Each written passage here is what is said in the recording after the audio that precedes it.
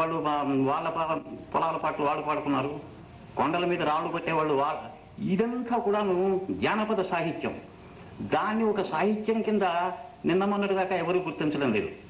ఇప్పుడిప్పుడు ఏదో ఉస్మానియా విశ్వవిద్యాలయం, ఆంధ్ర విశ్వవిద్యాలయం, మన వీరందరూ కూడాను ఈ ఫోక్లోర్ దాని మీద రీసెర్చ్ చేయడమే కాకుండా పిహెచ్డి డిగ్రీలు కూడా సంపాదించిన వారు ఉన్నారు.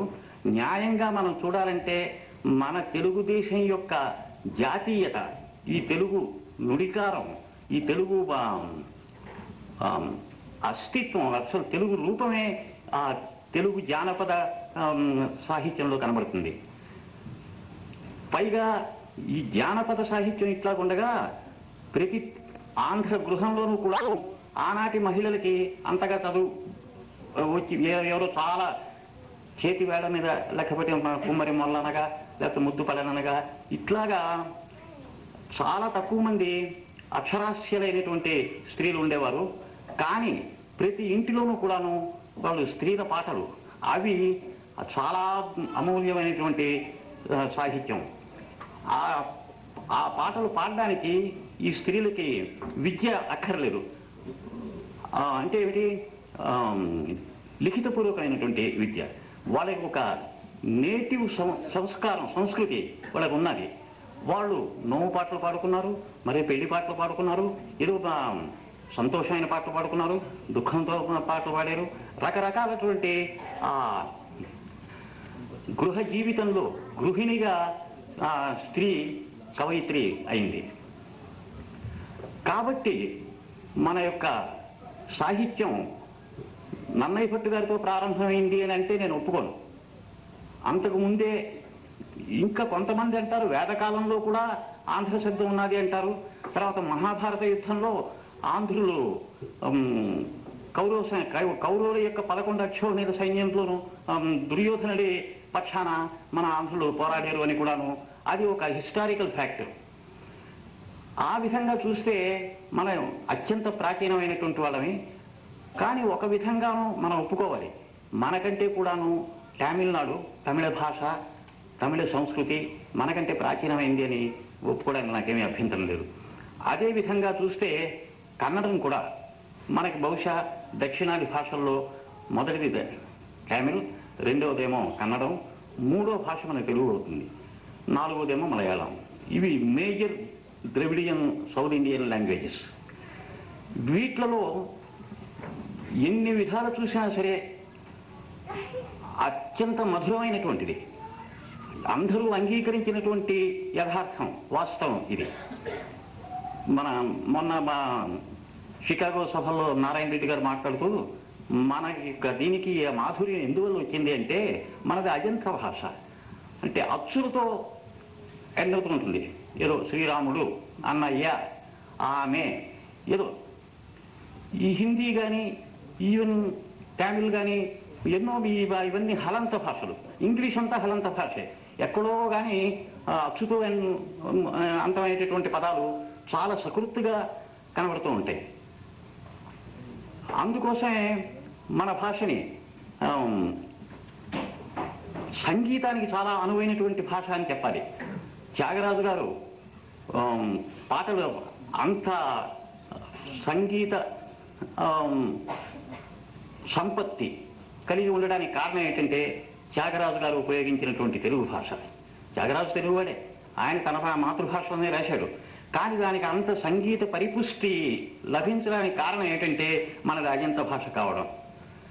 అందుకోసమే పాశ్చాత్యులు కూడా తెలుగుని ఇటాలియన్ ఆఫ్ ది ఈస్ట్ అన్నది అందరికీ తెలిసిన విషయమే. ఏం చేతంటే ఇటాలియన్ భాష కూడాను అజంత భాషే. వాళ్ళ పేర్లు కూడాను ముసలీని, గారిబాల్డి, మజీని, ఇట్లాగా లోలో జీనా, లోలో బ్రిజిదా, ఇవన్నీ అక్షరతోనే అంత ఉంటాయి. కాబట్టి ఈ అడ్వాంటేజ్ మన భాషకు ఉన్నది.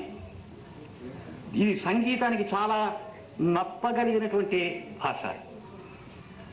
ఈ మన యొక్క ప్రాచీనతని అదేదో పెద్ద మన ప్రత్యేకత కింద మనం చెప్పుకోవక్కర్లేదు.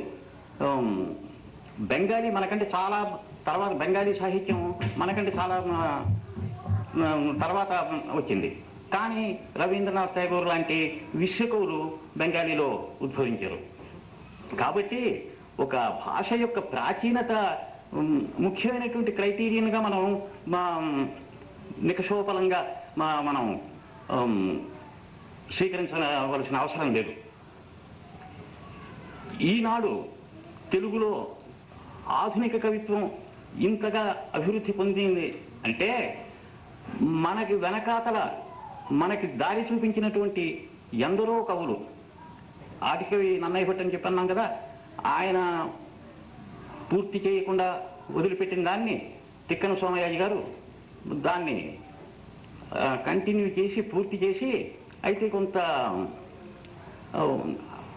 అరణ్యపర్వం సగంలో నన్నయ్య భట్ గారు ఆగిపోయాడు. ఆగిపోతే అరణ్య మధ్యంలో చచ్చిపోయాడు అని చెప్పి ఆ భయం వల్ల తిక్కన సోమయ్య ఆ మిగిలిన ఉత్తరార్థమేమో అరణ్యపర్వంలో ఉంది, ప్రతిమ భాగాన్ని చేయకుండా అక్కడి నుంచి విరాటపర్వం దగ్గర నుంచి మొదలుపెట్టాడు. మొదలుపెట్టి అన్ని 15 పర్వాలు కూడాను ఆయన పూర్తి చేశాడు. ఆ తర్వాత ఈ గ్యాప్ని ఎర్రాప్రగడ ఆ మిగిలిన దాన్ని ఎర్రాప్రగడ శిల్పాన్ని గురించి చాలా చక్కగా మన విమర్శలు చెప్తూ ఉంటారు. నన్నయ్య భట్టు గారి కవిత్వంలో ఒక 75% సంస్కృత పదాలు ఉంటాయి, ఒక 25% మాత్రమే అచ్చ తెలుగు పదాలు ఉంటాయి. ఈ మరి తిక్కన గారిలో ఆ 2 రాజులందు విపరీతం అన్నట్టుగానే అది రివర్స్. తిక్కన గారి కవిత్వంలో 75% అచ్చ తెలుగు పదాలు ఉంటాయి, 25% ఏమో సంస్కృతం. ఆయనకి సంస్కృతం రాక కాదు, సింగంబాకటితో గుహంతరమునం చేర్పాటుమై నుండి మాతంగ స్ఫూర్జిత యూథ దర్శన సముద్యక్రోధమయవచ్చునోయన్ కాంతార నివాస ఖిన్నమతిని అస్మత్ సేనపై వీడవచ్చన్ కుంతీసుతమధ్యముండు సమరస్థేమాభిరామాకృతిని. ఆ సందర్భానికి సరిపోయేటటువంటి శైలి అది. కానీ సాధారణంగా మామూలుగా ఆయన మొత్తం మహాభారతం అంతా మనం చూసామంటే అచ్చ తెలుగు పదాలే ఎక్కువగా ఉంటాయి. అంతేకాదు మన గిడుగు రామ్మూర్తి పంతులు గారు చెబుతూ ఉంటారు, ఆయన భాష కర్తకర్మక్రియలు,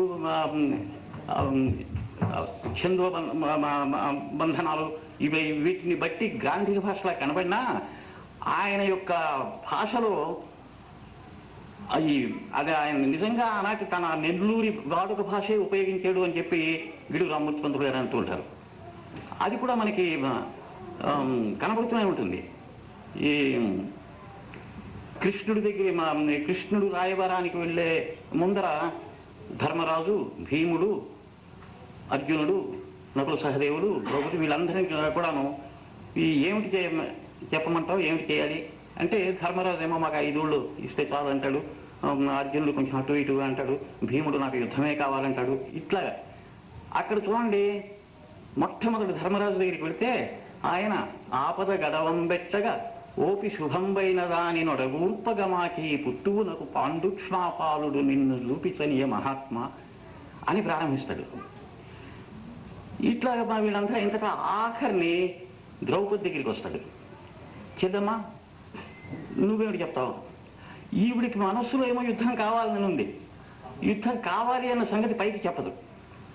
చెప్పకుండా చెప్పడం కోసం అని చెప్పి అక్కడ మనకి సినిమాల్లో క్లోజప్లు అంటామే, ఆ రోజుల్లో తిక్కన సోమయాజి గారు అప్పుడు సినిమా కెమెరాలు ఏమీ లేవు, కానీ అక్కడ మనకు క్లోజప్ లాంటి దృశ్యం ఇచ్చాడు. నువ్వేమో కౌరవుల దగ్గరికి కొడుతున్నావు, రాయబారం గురించి మాట్లాడతావు, కానీ అప్పుడు ఆమె జుట్టు విరగబోసుకునే ఉంది కదా, భీముడు దుశ్శాసనుడి దుర్యోధనుడి తొడలు పగలగొ